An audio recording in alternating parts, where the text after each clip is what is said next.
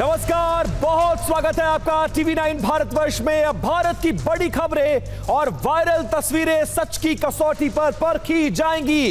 Viral से लेकर verified तक हर खबर का हिसाब हम करेंगे न्यूज काउंटर पर, और न्यूज काउंटर की करने जा रहे हैं शुरुआत। अब बात दिल्ली की सियासत से एक बहुत बड़े संदेश की। राजनीति के मैदान में हमने कई चेहरे देखे हैं, कई जंग देखी है, लेकिन कुछ ऐसे पल होते हैं जहां शब्द खत्म हो जाते हैं और सिर्फ भावनाएं बोलती हैं। दिल्ली के पूर्व UEM जयपुर एक आदर्श लक्ष्य है। भावी छात्रों के लिए अच्छी नौकरी, भविष्य के लिए तैयार कौशल के साथ अच्छी शिक्षा। मुख्यमंत्री अरविंद केजरीवाल का ये चेहरा आज देश के सामने है।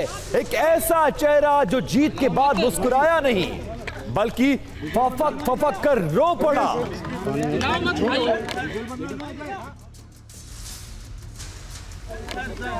संभालिए सर, अपने आप संभालिए सर, हिम्मत सर, हिलाओ मत भाई।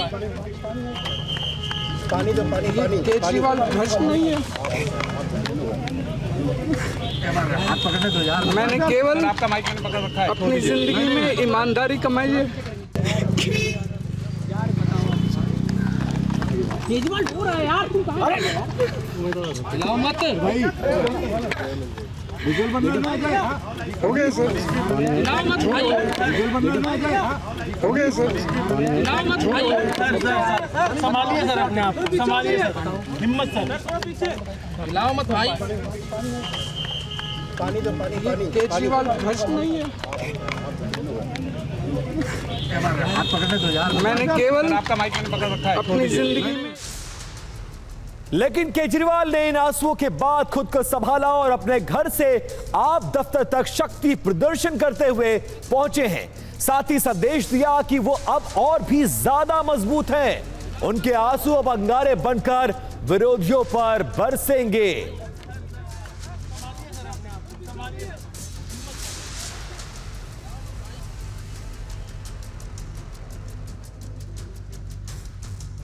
मैंने जिंदगी में केवल ईमानदारी कमाई है। मैंने जिंदगी में केवल इज्जत कमाई है। एक नया पैसा नहीं कमाया मैंने अपनी जिंदगी में। इन लोगों की तरह नहीं हूं मैं। मैंने जिंदगी में एक नया पैसा नहीं कमाया, केवल ईमानदारी कमाई है। और ये उस ईमानदारी के ऊपर चोट करना चाहते थे, उसके लिए इन्होंने षड्यंत्र रचा था।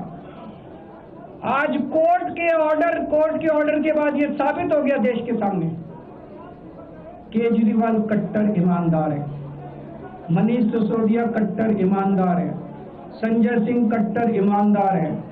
अब तो एक ही तरीका बचा है मोदी जी केजरीवाल से निपटने का।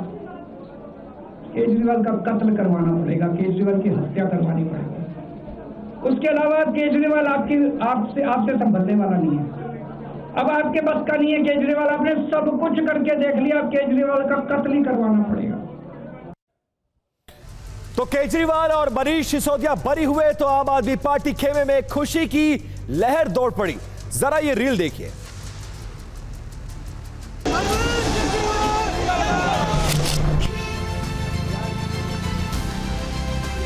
इस दुनिया में चाहे कोई कितना भी शक्तिवान हो जाए, लेकिन ईश्वर की शक्ति के ऊपर नहीं हो सकता।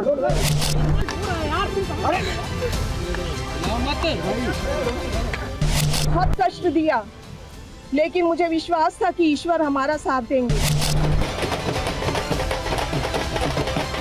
देश की सबसे पावरफुल कुर्सी पर बैठा शख्स ने भी आपके खिलाफ साजिश रची, पर आप सच के मार्ग पर थे। आप सच्चाई की जीत हुई है देश के संविधान के कारण।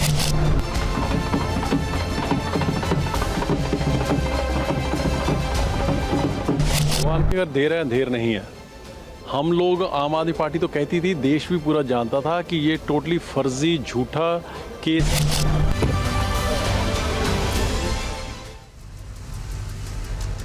उधर सीबीआई राउ जमीनी कोर्ट के फैसले के खिलाफ हाई कोर्ट जाने की बात कह रही है, लेकिन यह जानना आपके लिए जरूरी है कि राउ जमीनी कोर्ट की टिप्पणी से कैसे सीबीआई पर ही सवाल उठ गए हैं।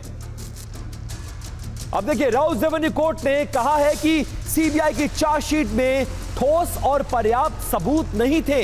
कोई व्यापक साजिश या आपराधिक इरादा साबित ही नहीं हुआ है।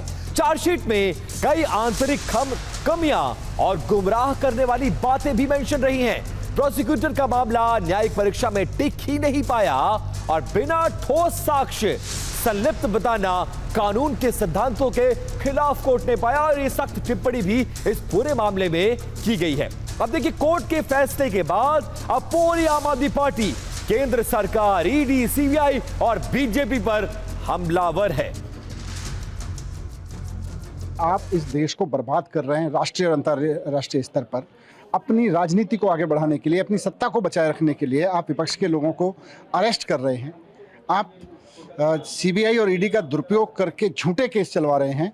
आज पूरा देश, आज हर वो आदमी जो इस केस को बारीकी से देख रहा था, पूछना चाहता है नरेंद्र मोदी जी से कि भाई बताइए ना, ये केस तो ट्रायल लायक भी नहीं समझा गया। आज कोर्ट के इस आदेश ने दिखा दिया कि किस तरह से भारतीय जनता पार्टी ने, बीजेपी ने, मोदी जी ने, अमित शाह ने अरविंद केजरीवाल के खिलाफ, आम आदमी पार्टी के खिलाफ षड्यंत्र किया, किस तरह से झूठे आरोप लगाए, किस तरह से गलत तरीके से गिरफ्तार किया और जेल में रखा।